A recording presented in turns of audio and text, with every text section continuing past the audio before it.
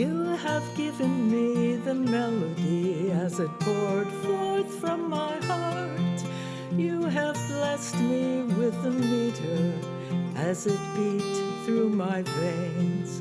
As I walk with you and listen, your words come to me. Oh, blessed are we this day. Alleluia, alleluia,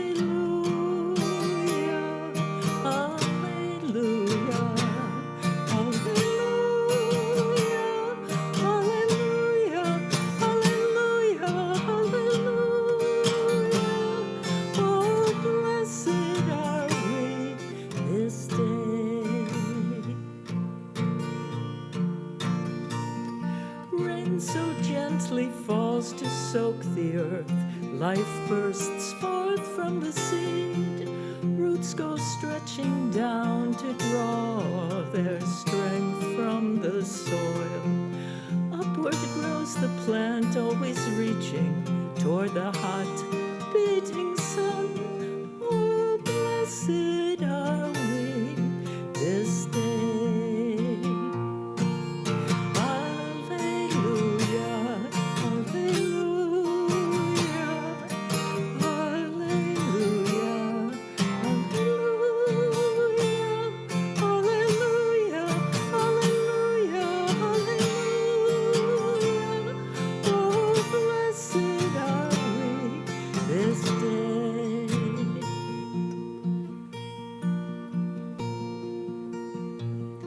Your grace us with your wisdom.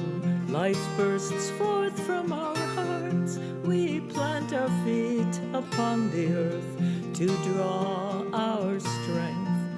Open wide our arms, reaching toward the sky. We're flooded with light. Oh, blessed are we this day. Alleluia, alleluia, alleluia, alleluia, alleluia, alleluia, alleluia. Oh, blessed are we this day.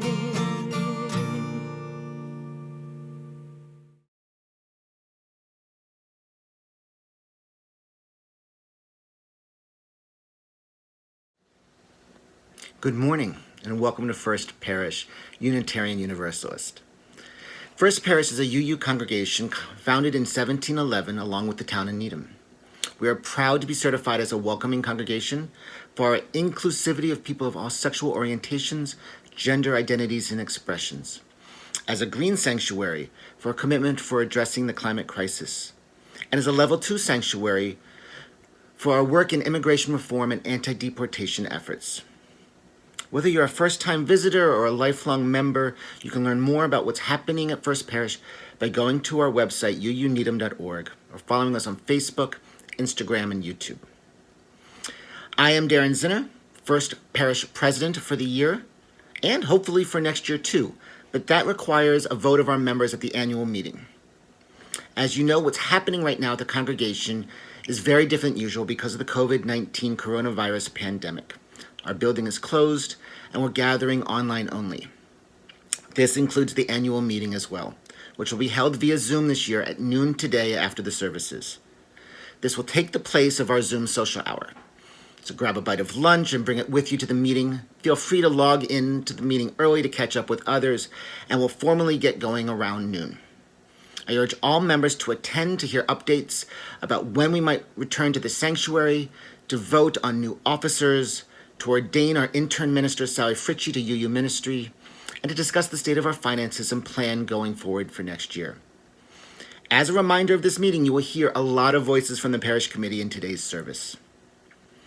But that is the business of the church. I'm also very proud how we've responded to maintain the spiritual coffers of the people within our community.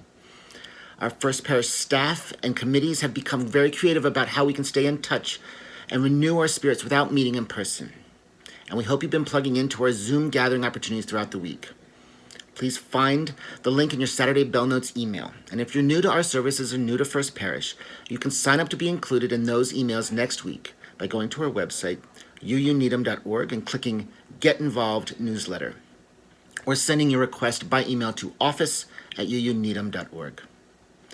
We know this way of worshiping and gathering together is an adjustment for all of us. However, our sincere hope and prayer is that these online services and connection opportunities will help keep the physical distance required during the coronavirus pandemic without losing much of the spiritual, emotional, and social closeness that we treasure in our faith community. Welcome again to everyone, and good morning. The year 2020 marks the 100th anniversary of the passage of the 19th Amendment, guaranteeing and protecting women's constitutional right to vote. This historic centennial offers an unparalleled opportunity to commemorate a milestone of democracy and to explore its relevance to the issue of equal rights today. We light our chalice, symbol of our Unitarian Universalist faith this morning, for all the unfinished work of women's suffrage as this centennial year is celebrated, particularly for the voting rights of all African American people and all people who remain at risk in these times.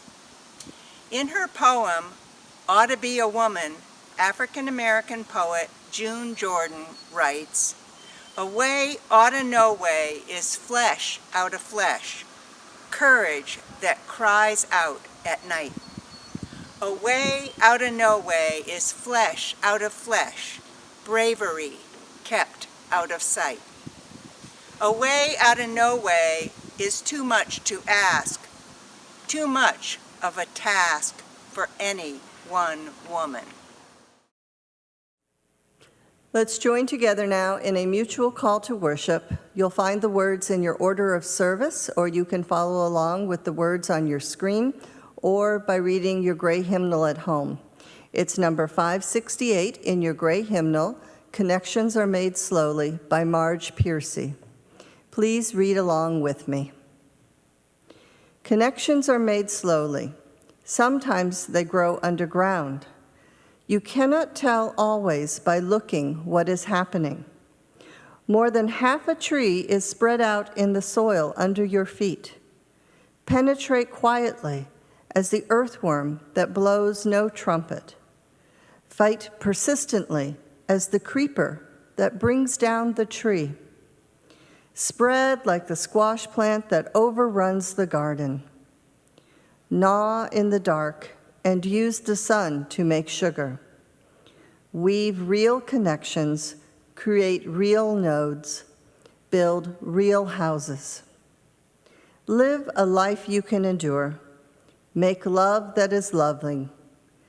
Keep tangling and interweaving and taking more in, a thicket and bramble wilderness to the outside, but to us, interconnected with rabbit runs and burrows and lairs.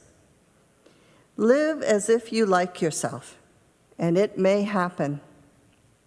Reach out, keep reaching out, keep bringing in. This is how we are going to live for a long time, not always, for every gardener knows that after the digging, after the planting, after the long season of tending and growth, the harvest comes. Let's join together now in our opening hymn, number 210, in your gray hymnal, Wade in the Water. You can sing along to the words that will appear on your screen, or you can follow along in your gray hymnal at home. Wade in the Water is a very classic African American spiritual. It was written a long time ago, sometime between 1750 and 1875. And like many, many map songs, this spiritual employed biblical themes to disguise instructions for escape. Wade in the Water was sung at baptisms, but Harriet Tubman also used it to warn escapees to wade in the water to throw off dogs and trackers. Let's join together now in this very classic hymn, Wade in the Water.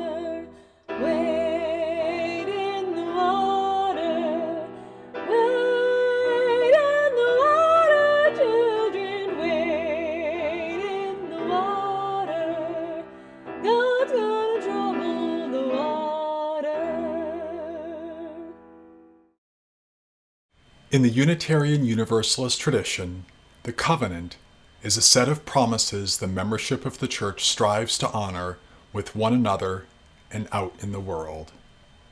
Please say along with me, from wherever you are, the words of our First Parish Covenant as printed in your emailed order of service and shown on your screen. We gather as a loving community to encourage and comfort one another.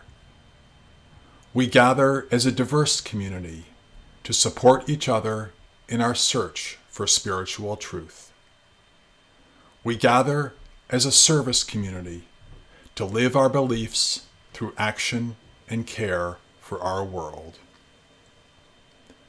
Though we cannot gather together in person during this time, we are living these promises every day.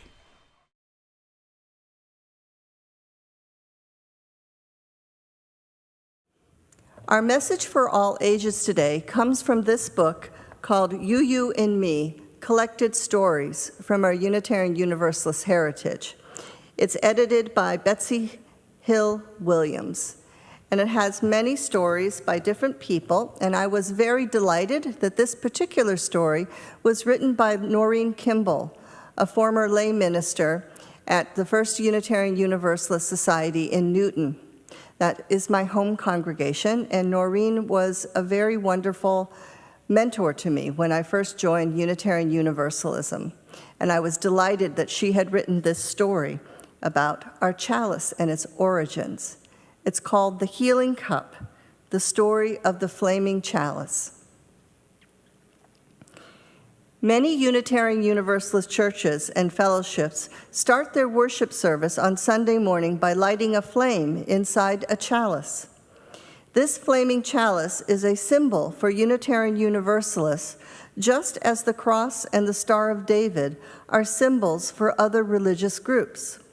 The story of how the flaming chalice became our symbol is an interesting one, and it begins during the Second World War. During that war, a lot of people living in Eastern Europe, Unitarians, Jews, and others, were in danger of being put in prison or killed by Nazi soldiers. A group of Unitarians came together in Boston, Massachusetts, to form the Unitarian Service Committee, and their plan was to help the people in danger from the Nazis. The director of the Service Committee was the Unitarian minister, Charles Joy. Reverend Joy had an office in Portugal, so he would be near the people he wanted to help. He was in charge of a whole secret group of agents and messengers who worked hard trying to find safe routes for people to escape. Reverend Joy and his assistants often needed to ask governments and other organizations for their help to save people who were in danger. They would send messages to anyone in government who might give them money, transportation, or a safe route. Because they were a new organization, though, not very many people had heard of them. This made it much harder for Reverend Joy and the people of the Unitarian Service Committee to get the help they needed. In those days, during the war, when danger was everywhere, lots of people were running away from their own countries. Often people who were escaping and people who wanted to help didn't speak the same language. Reverend Joy decided it would be much better if the service committee had an official symbol or picture to help identify its members. With a picture or symbol, it wouldn't matter if people couldn't read the language. It looked like Reverend Joy would need to find an artist. He went to a very talented man named Hans Deutsch for help. Deutsch had escaped from the Nazis in Paris, France, where he was in danger because he drew cartoons showing people how evil the Nazis were. Reverend Joy asked Deutsch to create a symbol to print on service committee papers to make them look important. He wanted the symbol to impress governments and police who had the power to help people move to safety. For his drawing, Deutsch borrowed an old symbol of strength and freedom from Czechoslovakia, a chalice with a flame. Reverend Joy wrote to his friends in Boston that the new symbol seemed to show the real spirit of the Unitarian religion. It showed a chalice or cup that was used for giving a healing drink to others. And it showed a flame on top of the chalice because a flame was often used to represent a spirit of helpfulness and sacrifice. And so the flaming chalice became the official symbol of the Unitarian Service Committee. Many years later, the flaming chalice became the symbol of Unitarian Universalist groups all over the world. By the early 1970s, enough Unitarian Universalists had heard the story of the flaming chalice symbol that they began to light a flaming chalice as part of the worship service in their churches. Over the years, this practice has spread over most of the United States and Canada. What does it mean to have a symbol like this? Well, one thing it means is that whenever you see a flaming chalice, you know that there are Unitarians and Universalists nearby. Having a symbol also can remind you of what's most important to you, and sometimes a reminder can make a very big difference. One very old woman told how the flaming chalice of her homeland, Czechoslovakia, helped her while she was in a Nazi prison camp. Printed under the picture of the Czech flaming circle chalice was the motto Pravda Vítězí, which means in English, truth overcomes or truth prevails. Every single morning in that terrible camp, the old woman said she traced a picture of a flaming chalice in the sand with her finger. Then she wrote the motto underneath it. It gave me the strength to live each day, she said. Whenever she drew the chalice in the dirt, she was reminded that someday the world would remember the important truth that every single person is important and should be free to think and believe as he or she chooses. When we see people light the chalice at the beginning of our service every Sunday, we can enjoy it because it is a lovely thing to do. But we can also remember the story of the flaming chalice and the strength it has given people for hundreds of years. We use it to let others know that Unitarian Universalists believe in helping others. That's an important story from our heritage that I know when I travel to many Unitarian Universalist churches, we do not know this story, and we take the chalice for granted. But it is a very significant symbol of our faith tradition. And I encourage those of you who can to light chalices always at home, including with the Chalice app, so that you have the opportunity to join in this sacred practice that many congregations all over the world share.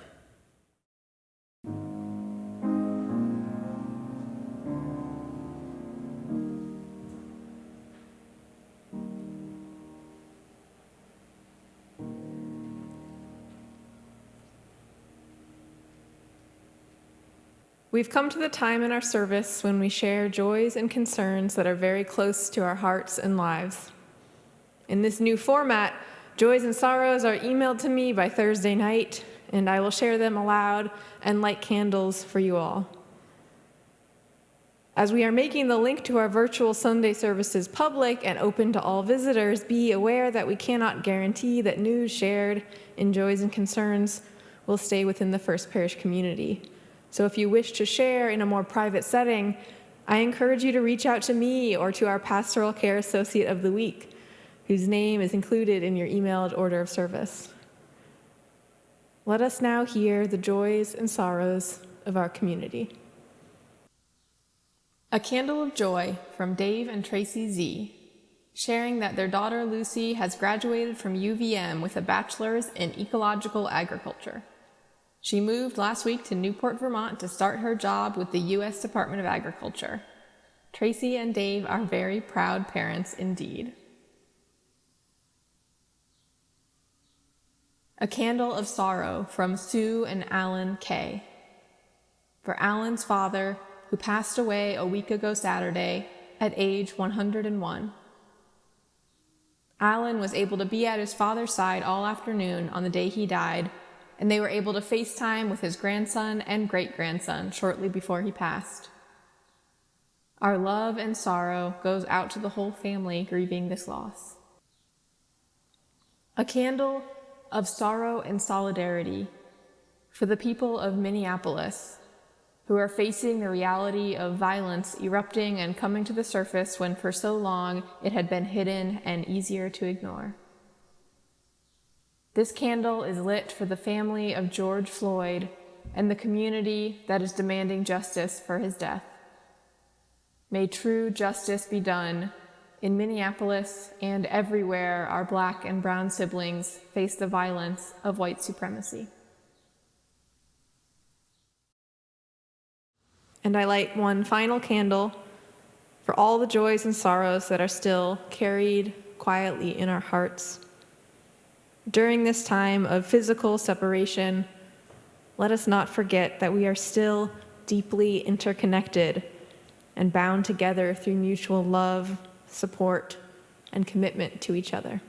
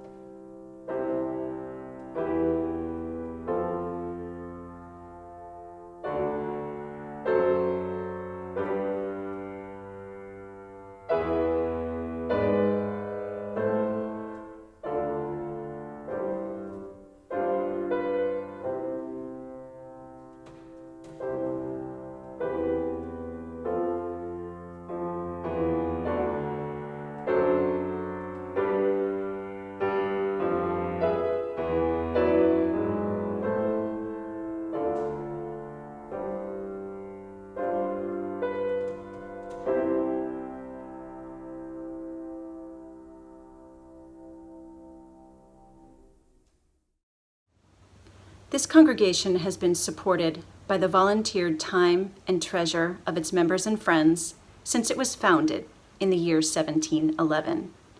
Over these past 300 years, we've had some tough times, but we're still here. Now is the time in our service when we, the modern stewards of the church, give what we can to support and sustain the world we envision. For most of May, our plate collection will be divided evenly between First Parish Needham and the Needham Diversity Initiative, a local nonprofit committed to celebrating, exploring, and strengthening Needham's diversity. To donate to today's offering, you can use our Text to Give program. Our Text to Give number is 73256. That's 73256. And instructions on how to do this should be on your screen, or you can find them in your emailed order of service. Alternatively, you can mail a check made out to First Parish, Needham, and send it to us at 23 Dedham Avenue, Needham, Massachusetts, 02492. Whether you're using a check or your phone, please be sure to specify whether your donation should go toward today's plate collection or toward your annual pledge, either this church year or next church year. Thank you so much for everything you're able to do to support the work of this congregation and the work of our vital community partners. Please take a few moments now to give what you can and know that it will be gratefully received.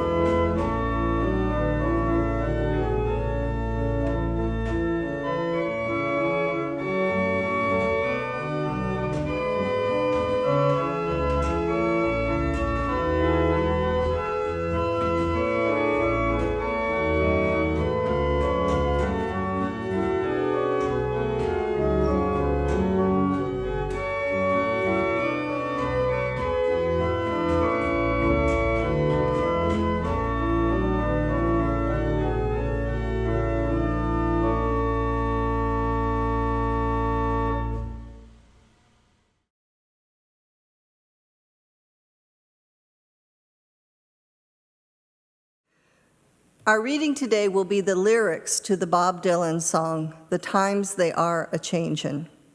So often when we listen to music and hear songs, we remember particular parts of the lyric that are meaningful to us, or we listen to, and for the beat of the song itself. We rarely listen to the song as a poem, which usually is the original intent of the songwriter. The song is intended to be a poem. So these are the words of the Bob Dylan song, read as a poem.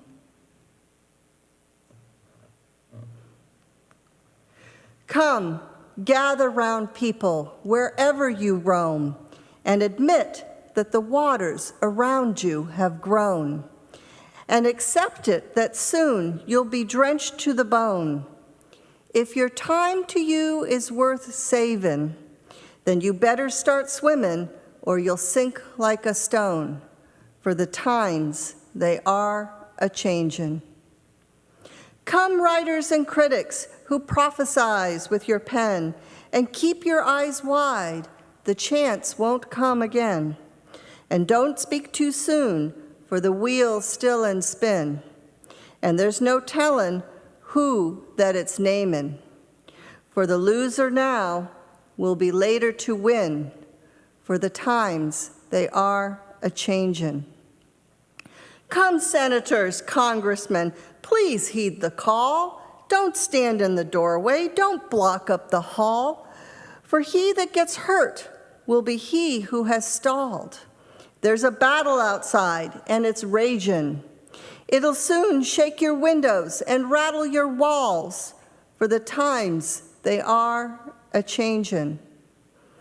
Come, mothers and fathers throughout the land, and don't criticize what you can't understand. Your sons and your daughters are beyond your command. Your old road is rapidly aging. Please get out of the new one if you can't lend your hand, for the times they are A-Changin. The line it is drawn, the curse it is cast, the slow one now will later be fast, as the present now will later be past. The order is rapidly fading, and the first one now will later be last, for the times they are A-Changin. Let's join together now in a time of meditation and prayer. I will lead a Zen Style meditation first and then follow it with prayer. So find a comfortable way to be in your homes. It may be sitting in a chair, on the couch, or on the bed, wherever your body feels comfortable. If there are kids around, invite them to join into the meditation as well. And just breathe. Just take a breath. Notice the breath as it's moving through your body.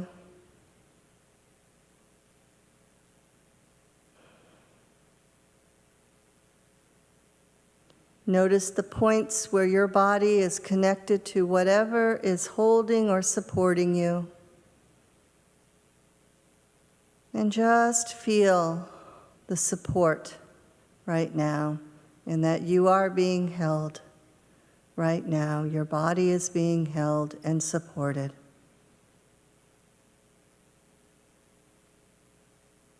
Notice if there are any places or points of your body that are feeling tense, and just invite those parts to relax if they will. Again, if you want to move your shoulders up or roll your neck, if you need to get up and stretch, whatever your body needs right now to relax, just let your body relax.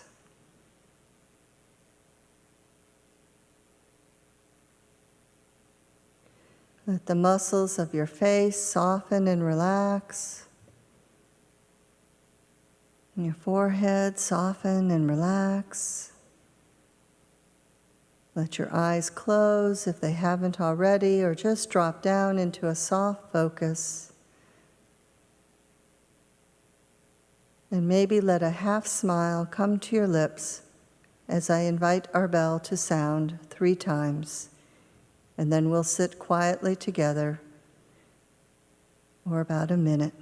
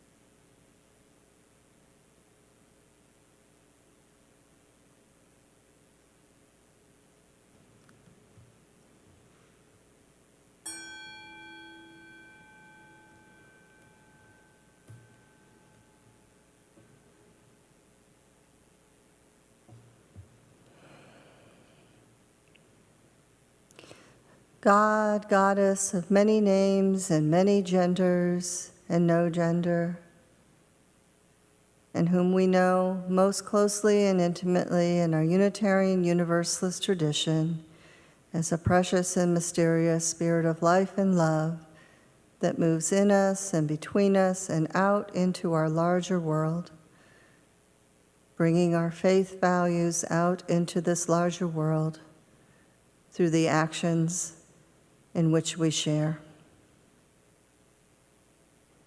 We continue to be grateful to be together on Sunday mornings in this form, and we appreciate all the creativity that is being brought forth in this moment for this form in which we are able to be together through volunteers and through staff. We hold closely in our hearts this morning all the joys and sorrows that were shared. We hold closely in our hearts those among us who have been sick, who have had losses, who have had changes and challenges, as well as those among us who have had new joys and celebrations amidst these times. We hold in our hearts always those among us and out in our larger world and the community of Needham, our larger country, our larger shared planet, who are suffering in these times in the face of the pandemic, who have had losses, some quite unbearable. We hold them in our hearts and knowing that they are not alone, that we are touched by the stories that we hear on the news. So many, now past 100,000 in this country alone. We ask when it will end, if it will end. How can we be of service in these times? We pray for the wisdom of the leaders of our town, our state, our country, the larger world. As we face these times together, we hold them in prayer that the decisions that are being made are wise ones, and we vow to continue to do our best, to be safe, to keep the safety of others foremost in our minds as we strive to come back into physical relationship again, a reopening. We pray that all things are done with wisdom and with commitment. And we give thanks to all here working so hard to keep this community of Needham safe in these times and to think ahead. And we pray always for the wisdom of the leadership of this congregation, its board and staff, and volunteers in the choices that are being made and the decisions to come. Blessed be. Amen.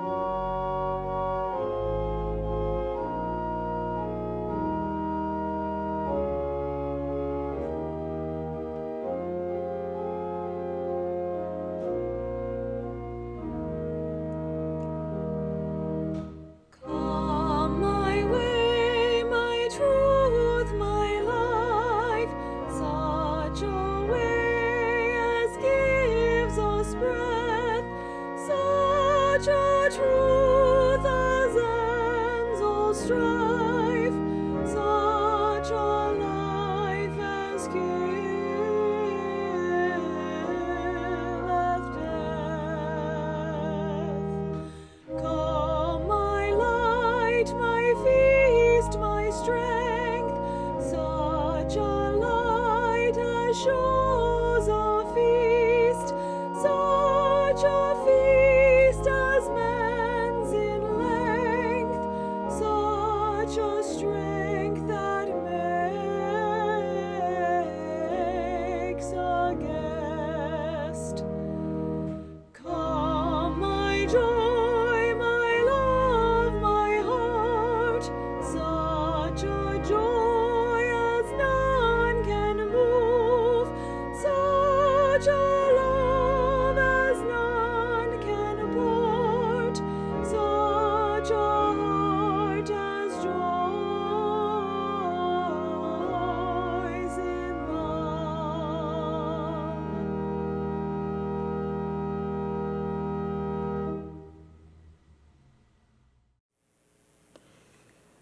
I was born in 1961.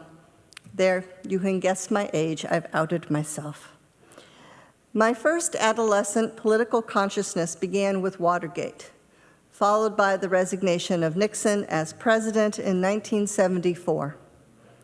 I was just 12 and then 13 years old, and there already was a lot happening for me and my family during that time, including family economic turbulence and substance abuse and an abrupt move from Ohio to New Jersey, alongside the discovery that I soon would need spinal surgery for scoliosis. For me, the loss of trust, security, and idealism amidst these changes within my micro-family system were paralleled and crystallized together with the macro-political system at a pivotal moment in my early adolescent development in the 1970s. A decade earlier, in 1963, Bob Dylan wrote of his own sense of the impact of such changing times for the different generations, expressing both urgency and caution for what he prophesied and witnessed in what was to come. Now, you're not here with me in person, but I would ask you to raise your hands if you were old enough in the 1960s to have some type of political consciousness or awareness of what was happening. And I suspect many of you would be. Did it creep up on you with a sudden shockingness, like you could see the seeds of gradual change beginning, and then suddenly it was full-blown before you even knew it? Suddenly, cries and actions for justice were pouring out upon the country on so many fronts. African American civil rights, Vietnam War resistors, the American Indian movement, the women's movement, Stonewall and gay rights, etc. Now, if you carried an identity from one of those groups, perhaps it was not so sudden, and you were already part of the movement. But I do suspect that the fullness of all of these oppressed groups breaking into the public square at the same time might have been a bit surprising in its intensity for most people. Now, you don't need to answer this, but you can reflect on it at home. If you were an adult then, did you rise up and pitch in and take action? Or did you watch it by choice or ability from the distance and over the television, as my family needed to do? Do today's public events, from first the Occupy movement, to the Arab Spring, to the People's Climate March in New York City, to the explosion of the Black Lives Matter movement across the country, to the Standing Rock water protectors, to the New Sanctuary and Families Belong Together movements for undocumented immigrants, to the Women's March and the ongoing national impact of the #MeToo movement, and then the March for Our Lives and Never Again student movement alongside the Poor People's Campaign, both focused on voter registration that helped to turn the tide for the Democrats in the House, as well as the youth-led Sunrise Movement for a Green New Deal and the Global Youth Climate Strike on Fridays, among so many others that I haven't named. Do these movements, do these waves of movements seem at all similar to the 1960s? And now, we have a global pandemic before us, fostering movements of mutual aid and solidarity in so many, many different forms. From the knitting of masks to iMovie renditions by musicians to the 7 p.m. hour of clapping for first responders, among just a handful. What should our stance as Unitarian Universalists be when the times they are a-changing? How do we side with love and movement building during these times, particularly when we, as my family was in the 1970s, already may be struggling simply to save ourselves and to move at all? When we have more than enough on our plate for just our own survival? How do we lovingly care for ourselves, our family, and friends, as well as for the larger world during the storms that are currently raging, with even more powerful storms yet to come? That used to be a metaphor. That used to be a metaphor. This question goes to the root of our call during these times as a people of faith. And the times, they are changing not only for our larger world, but also for you here in Needham during these challenging times. Now, back in his 1966 UUA General Assembly Ware lecture, Martin Luther King Jr. spoke to us with words that still ring prophetically true today. He warned, quote, "One of the great misfortunes of history is that all too many individuals and institutions find themselves in a great period of change and yet fail to achieve the new attitudes and outlooks that the new situation demands." He continued, "There is nothing more tragic than to sleep through a revolution, and there can be no gainsaying of the fact that a social revolution is taking place in our world today." End quote. Indeed, a social revolution once again is taking place in our world today, with life and death at stake for so many. You too, here in Needham, have a role to play in these changing times in forging a new, shared vision for your ongoing work of your congregational life with and within our larger association of Unitarian Universalist congregations. In the past 3 years, we have emerged from a conflicted and transformative period in our Unitarian Universalist Association structures. First with a presidential and more resignations, and then an embrace of the Black Lives of Unitarian Universalists call for teach-ins on white supremacy, and then the election of our first female president. A little over 2 years ago, our UUA Board of Trustees held their board meeting at the historic Highlander Center in Tennessee. Now, how many of you have heard of the Highlander Center? And usually, it's not many, I find. It's a grassroots organization that has been engaged in collective movement training and building over the past 85 years. And recently, they suffered from a deliberate arson attack, and they're continuing their recovery process from that. Now, it's amazing, folks, and historic that our UUA Board of Trustees held an in-person board meeting at the Highlander Center during the first year of our new UUA president's administration. Our UUA leadership fully intends not to sleep through this particular revolution as they engage in their visioning processes for our association of congregations. The times, they are a-changing. How large and how rooted will your vision be here in Needham? How well prepared are you to rise up and share in the creation and implementation of that vision with your fellow congregants, board, and minister, as well as with your fellow Unitarian Universalists in your region and across the country and our shared world? For we are indeed an international movement, as you could see from the story this morning. One thing I do know from experience is that cultivating a vision and sustaining ourselves through the messy implementation of that vision is never easy. And it also is never an individual project.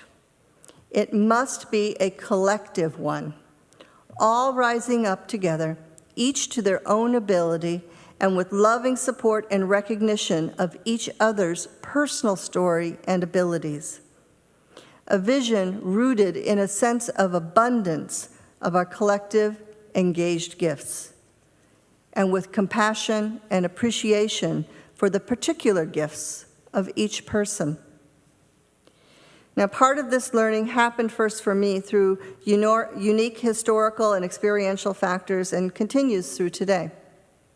I've been involved with racial and economic justice education and action since my young adulthood, primarily in urban ministry and social work, including 18 years of directing a weekend urban youth ministry program with the Unitarian Universalist Urban Ministry in Boston. As many of you here in Needham know through your own support of the UU Urban Ministry. Currently, my community ministry for racial justice is focused within higher education.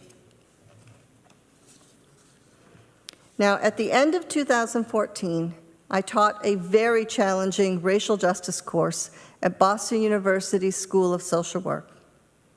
1/3 of my students were students of color, and 2/3 were white students.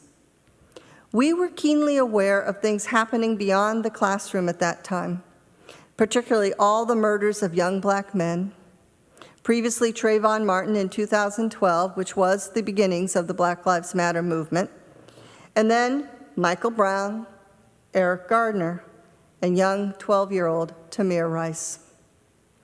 As I speak of this moment in 2014, I also am keenly aware of the series of very recent public events involving the murder of black people: Breonna Taylor, Ahmaud Arbery, and George Floyd, and the rise of a new movement with the demand, "Stop killing black people." Then, as now, streets were ringing with cries for justice, and the Black Lives Matter movement was beginning to take to the larger public stage for the first time in 2014. Now, it's not atypical in any class for some to feel more comfortable speaking up and for some to sit listening. Often, my white students prefer to just listen. A tactic learned during the Occupy movement that I use to disrupt these tendencies is to have the students agree at the beginning to a practice of stepping up and stepping back. Though today I strive for alternative and less ableist metaphors such as rise up and hold back. However, at the time, I used the language of step up and step back. In other words, students who are more comfortable speaking out are asked to practice stepping back and listening to create the space for others who need time to practice stepping up to talk to do so.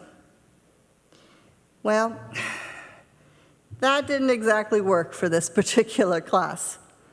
A young, highly engaged African-American man expressed his profound frustration that it compounded his frustration to be asked to step back. "No," he said, "no, everyone needs to step up. The practice should be step up, not step back."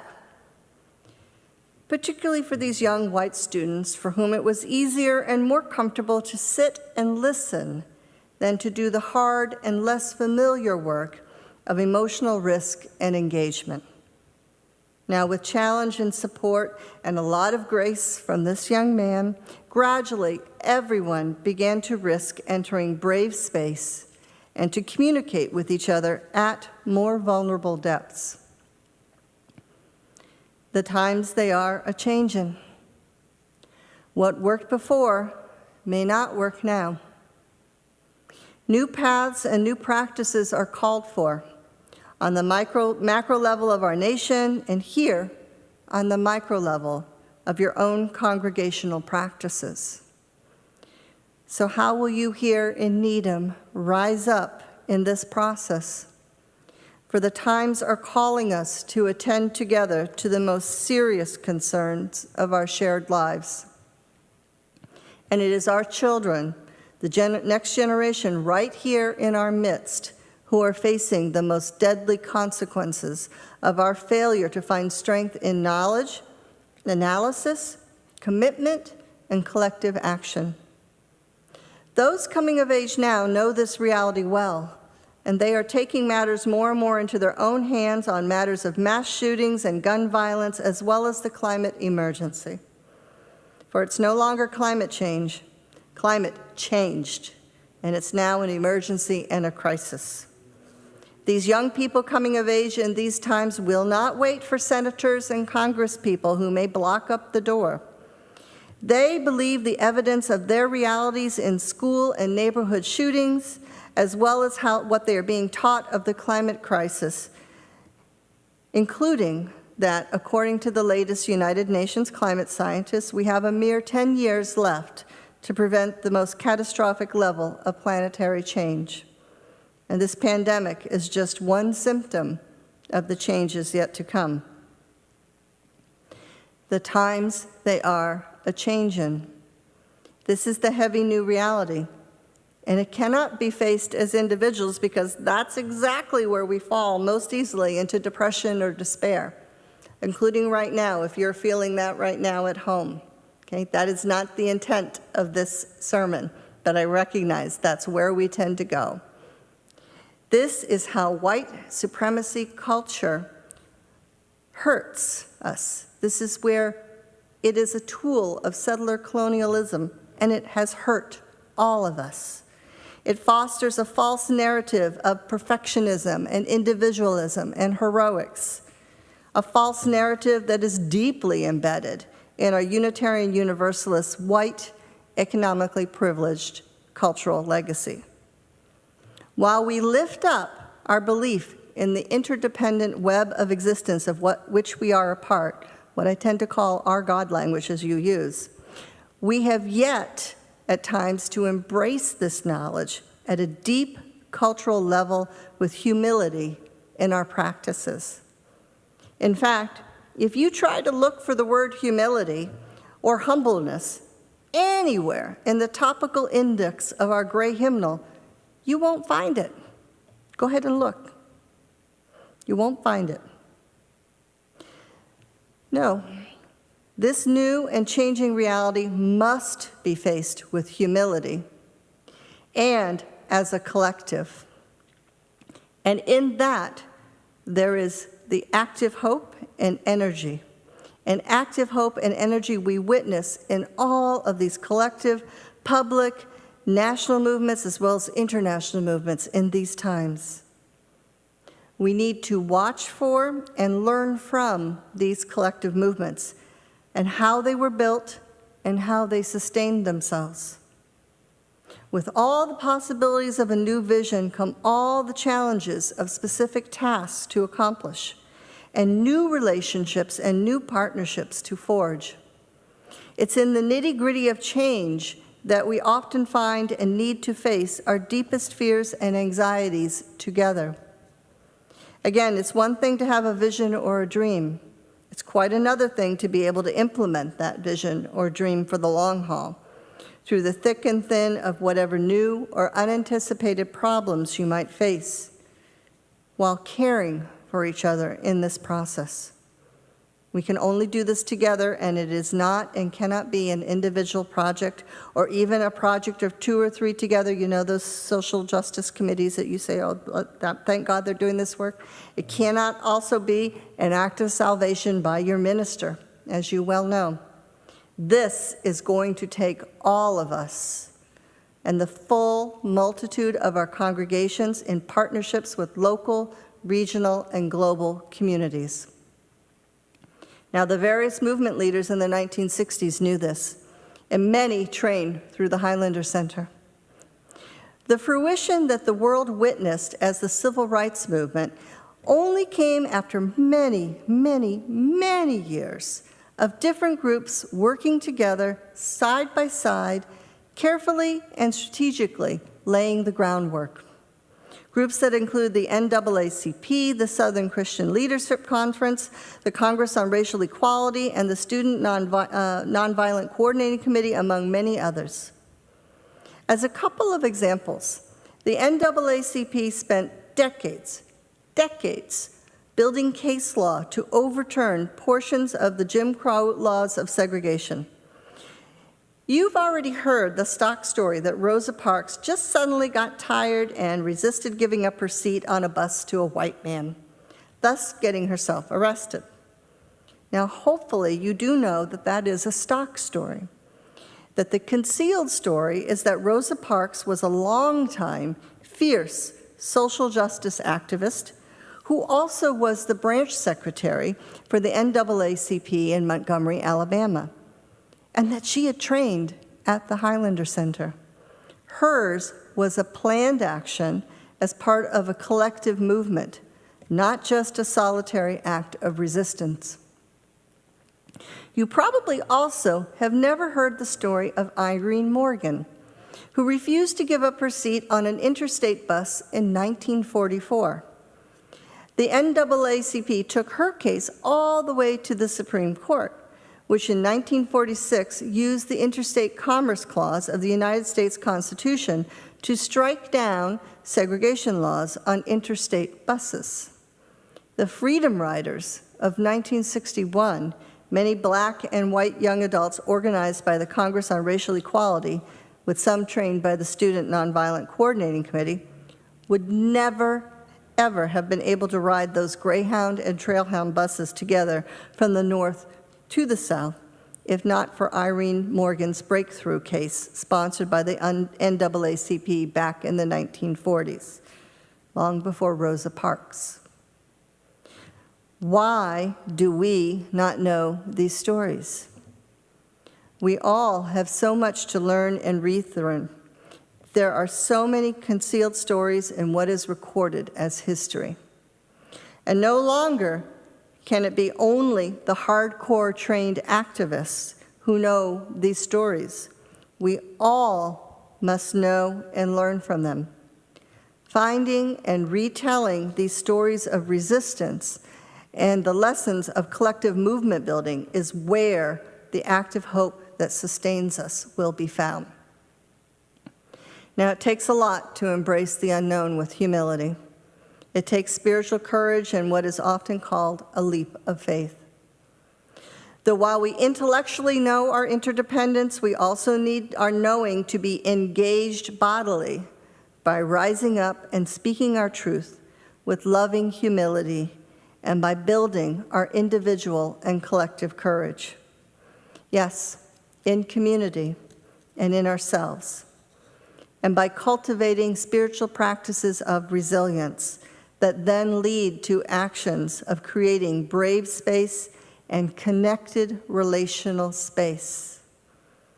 This happens by getting to know each other in our depths and by taking risks in sharing our personal stories, including our personal gifts and limitations, by listening deeply to one another, and by building our relational capacity for shared vulnerability and intimacy.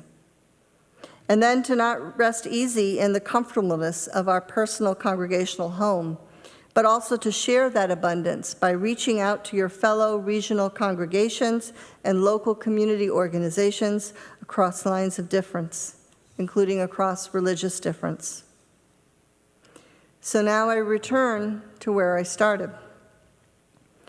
What will be the vision here in Needham as you engage your work together with your board in reimagining yourselves for these challenging times?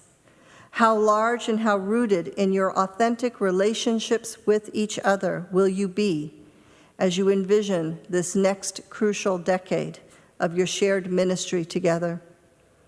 And how will you as an individual within this community and with each other rise up with your fullest open hearts, your compassionate hearts, and your forgiving hearts to shape and support the implementation of that collective vision as we face these national and global challenges?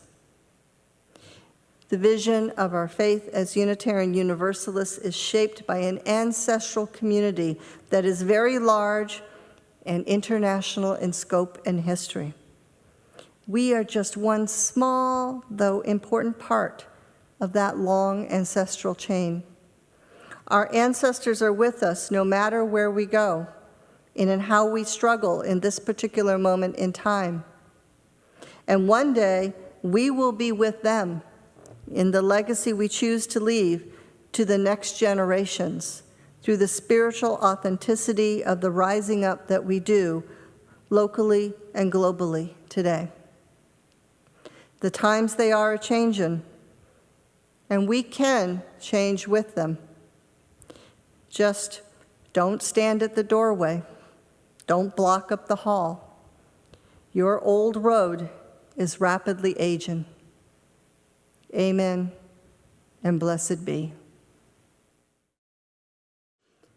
Let's join together now in our closing hymn. The words will appear on your screen, or you can find them in your order of service or in your gray hymnal if you happen to have one at home. It's number 146, Soon the Day Will Arrive. Ahad Maner wrote the original Hebrew version of this song, which expresses belief in a better tomorrow.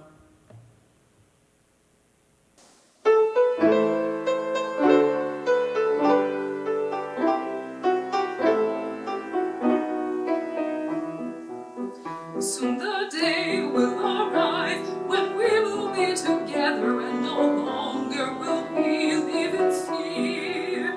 And the children will smile without wondering whether on that day thunder clouds will appear. Wait and see what a world that can be if we share, if we care, you and me. Wait and see what a world that can be if we share, if we care, you and me. Some have dreamed, some have died to make a bright tomorrow, and our vision remains in our hearts. Now the torch must be passed with new hope, not in sorrow, and a promise to make a new start. Wait and see what a world there can be if we share, if we care, you and me. Wait and see what a world there can be if we share, if we care, you and me.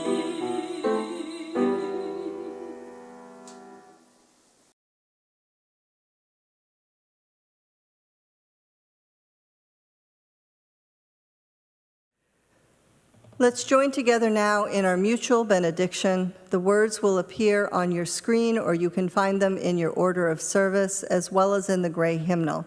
It's number 702, and it's attributed to St. Francis of Assisi. Let's read together now. Where hate rules, let us bring love. Where sorrow, joy. Let us strive more to comfort others than to be comforted, to understand others than to be understood, to love others more than to be loved. For it is in the giving that we receive, and in the pardoning that we are pardoned. Blessed be. May it be so. Amen. As we close our worship today, please remember to keep a careful eye out for emails from First Parish and to follow us on social media so you can keep up with opportunities for connection with your faith community during these times of physical isolation. I cannot emphasize enough how important it is to read your entire bell notes each week for links and opportunities to connect. When today's service ends, you are all invited to join our Zoom social hour, and you can find the link for that in your Saturday bell notes. Please remember, if you fall ill or need any pastoral support, to reach out to our pastoral care team and caring crew via phone or email. We also encourage all of you strongly to check in with your friends at First Parish and to double-check your own contact information in our online Realm directory if you have not done so recently. At this time, when we can only convene by phone, call, email, and video chat, we want to be particularly sure that we know how to reach out to each other. I miss you all more every week. We also extinguish our chalice with the words, promising to carry its flame in our hearts until we are together again. And I know that I and you and all of us are deeply committed to that promise, no matter how long it is until we are together again.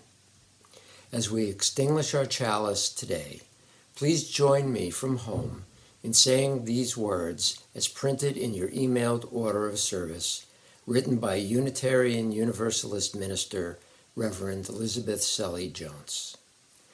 We extinguish this flame, but not the light of truth, the warmth of community, nor the fire of commitment. These we carry in our hearts until we are together again.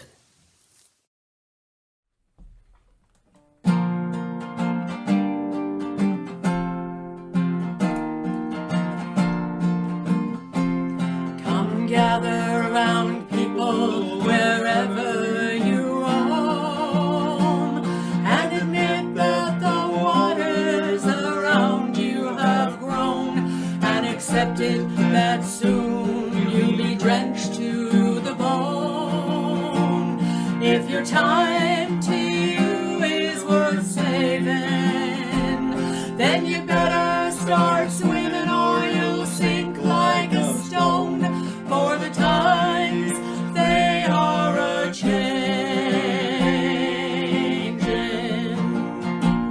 Come writers and critics who prophesize with your hands, and keep your eyes wide, the chance won't come again. And don't speak too soon, for the wheel's still in spin, and there's no telling who that it's naming. For the loser now will be later to win, for the times they are a-changin'. Come senators, congressmen, please heed the call. Don't stand in the doorway, don't block up the hall, for he that gets hurt will be he who has stalled. There's a battle outside and it's raging.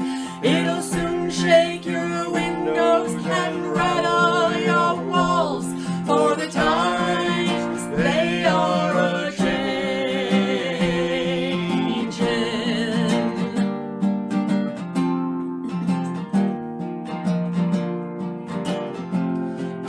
mothers and fathers throughout the land, and don't criticize what you can't understand. Your sons and your daughters are beyond your command, and your old road is rapidly fading. So get out of the new one if you can't lend your hand, for the times they are a-changin'. The line it is drawn, the